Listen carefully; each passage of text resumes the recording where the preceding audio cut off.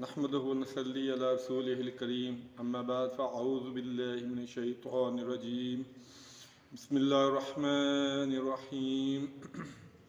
اللہم صلی علی سیدنا و مولانا محمد و علی آلہ وسلم۔ بخاری شریف کی حدیث ہے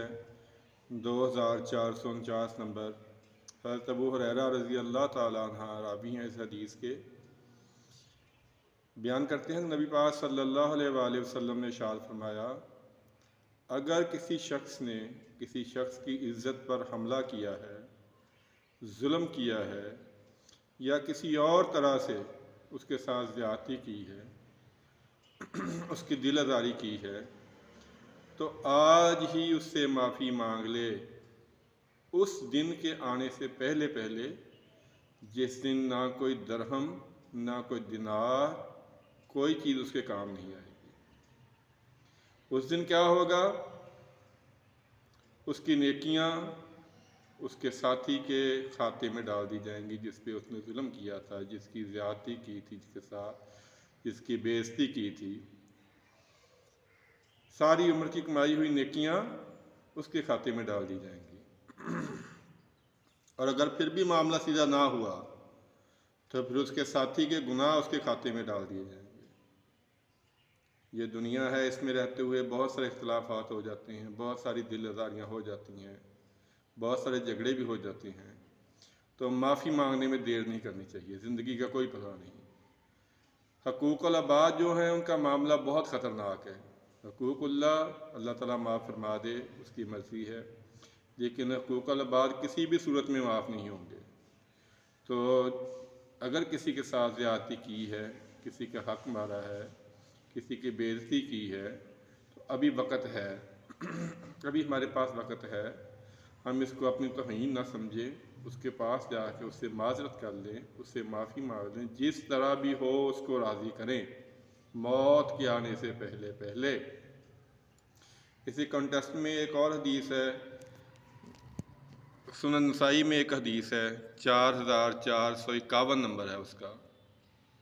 بہت پیاری حدیث ہے اور ہمارے لیے باعث عبرت ہے۔ اس کے راوی بھی حضرت ابو ہریرہ رضی اللہ تعالیٰ عنہ ہے، 4451 نمبر ہے سنن نسائی کے اندر،